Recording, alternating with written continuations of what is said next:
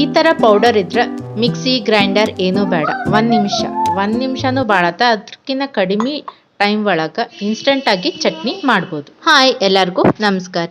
ಇವತ್ತು ಇನ್ಸ್ಟೆಂಟಾಗಿ ಪುದೀನ ಚಟ್ನಿ ಹೆಂಗೆ ಮಾಡೋದು ಅಂತ ತೋರ್ಸಾತೀನಿ. ಬೆಳಿಗ್ಗೆ ಗಡಿಬಿಡಿ ಒಳಗೆ ಇಬ್ಬರು ವರ್ಕಿಂಗ್ ಇದ್ದಾಗಂತೂ ಈ ರೆಸಿಪಿ ಭಾಳ ಯೂಸ್ಫುಲ್ ಆಗುತ್ತೆ.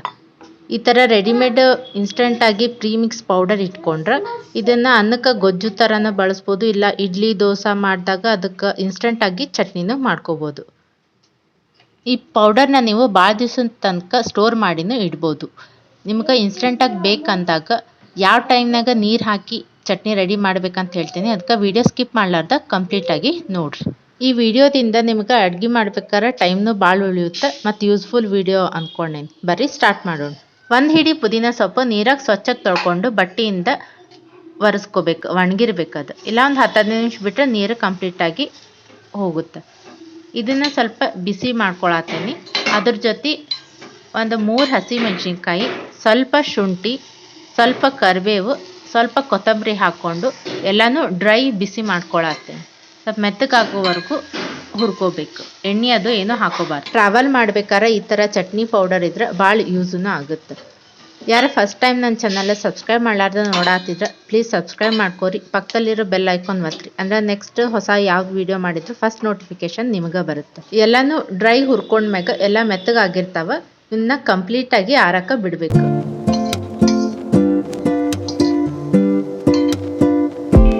ಅವೆಲ್ಲ ಆರಿದ್ಮ್ಯಾಗ ಅವನ್ನೆಲ್ಲ ಮಿಕ್ಸಿಗೆ ಹಾಕ್ಕೊಂಡು ಅದಕ್ಕೆ 1 ಚಮಚ ಉಪ್ಪು, 1 ಸಣ್ಣ ಕಪ್ ಪುಟಾಣಿ, 1 ಚಮಚ ಜೀರಿಗೆ ಪುಡಿ, 1 ಚಮಚ ಆಮ್ಚೂರ್ ಪೌಡರು, ಒಂದು ಅರ್ಧ ಚಮಚ ಚಾಟ್ ಮಸಾಲ. ಆಮ್ಚೂರ್ ಪೌಡರು ಚಾಟ್ ಮಸಾಲ ಇಲ್ಲ ಅಂದ್ರೆ ಅದನ್ನ ಸ್ಕಿಪ್ನು ಮಾಡ್ಬೋದು. ಜೀರಿಗೆ ಅಂತೂ ಎಲ್ಲರ ಮನೆಗೂ ಇರುತ್ತೆ, ಜೀರಿಗೆ ಪೌಡರ್ ಹಾಕೋಬೋದು.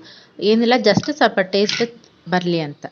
ಪುದೀನ ಜೊತೆ ಸ್ವಲ್ಪ ಹುಳಿ ಇದ್ರೆ ಚಲೋ ಇರುತ್ತಲ್ಲ, ಅದಕ್ಕೆ ಆಮ್ಚೂರ್ ಪೌಡರ್ ಎಲ್ಲನೂ ಹಾಕಿ ಸಣ್ಣಗೆ ಪೌಡರ್ ಮಾಡಿ ರುಬ್ಕೋಬೇಕು. ಎಲ್ಲನೂ ಕಂಪ್ಲೀಟಾಗಿ ಆರಿದ್ರಷ್ಟೇ ಈ ಥರ ಪೌಡರ್ ಆಗುತ್ತೆ, ಇಲ್ಲಾಂದ್ರೆ ಗಂಟು ಆದಂಗೆ ಆಗುತ್ತೆ. ನಿಮ್ಗೆ ಇನ್ನೊಂದು ಸ್ವಲ್ಪ ಮೆತ್ತಗೆ ಅನ್ಸಿದ್ರೆ ಅದಕ್ಕೆ ಇನ್ನೊಂದು ಸ್ವಲ್ಪ ಪುಟಾಣಿ ಹಾಕೊಂಡ್ರೆ ಪೌಡರ್ ಆಗುತ್ತೆ. ಆಮೇಲೆ ಈ ಥರ ಸ್ಟ್ರೈನರ್ನಾಗ ಹಾಕಿ ಸಣ್ಸಿದ್ರೆ ಪೌಡರ್ ಸಿಗುತ್ತೆ.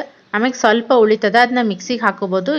ಅದನ್ನ ಚಲ್ಲೇನು ವೇಸ್ಟ್ ಮಾಡೋದೇನು ಬೇಡ. ಆಮೇಲೆ ಅಡ್ಗಿಗಾದ್ರೂ ಹಾಕೋಬೋದು. ಇದಕ್ಕೆ ಯಾವ ಪ್ರಿಸರ್ವೇಟಿವ್ ಏನೂ ಹಾಕಿರೋದಿಲ್ಲ, ಹೆಲ್ದಿ ಆಗಿರುತ್ತೆ, ಮನ್ಯಾಗ ಮಾಡಿದ್ದೇ ಇರುತ್ತೆ.